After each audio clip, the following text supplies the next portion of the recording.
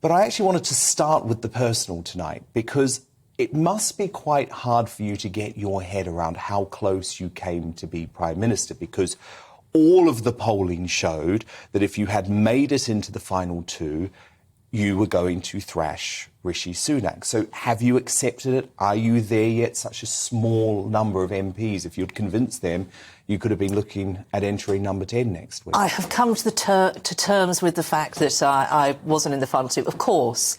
And, you know, you look at the campaign you run, you do your best, but ultimately this is about getting a Prime Minister for the country. And I could have just stayed neutral and let people get on with it. But I think this is too important to contest. It's always important, but at this moment, yes, for the country, indeed. And I will vital. come to that in just a moment. But in terms of your campaign, do you have any regrets given how close it was? Is there anything you wish you'd done differently? I think this is a waste of energy to have those regrets. I don't regret that I ran. I hope I helped shape the contest, and I think it's important that we try and shape the future and we focus on the future, and that's why I've declared for Liz.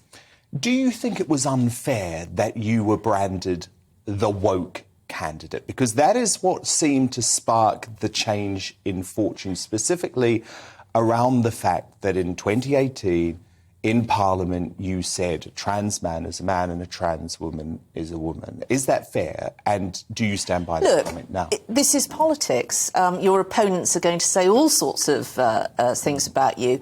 I can only control my own campaign.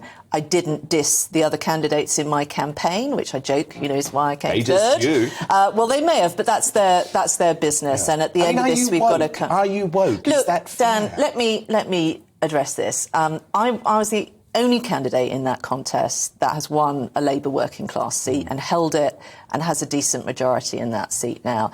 And I refer you to their judgment, those people that elected me. They don't vote for people that are nonsense, head in the clouds individuals. I'm very practical. I wish we'd talked a lot more about the NHS than certain social issues in the campaign, which are not really the concerns of most people in this country. And that's why I've won a Labour seat. So, yeah, there was a lot of unfair things that went on, but there's no point in dwelling on that. We've got to move on. We've got to look ahead.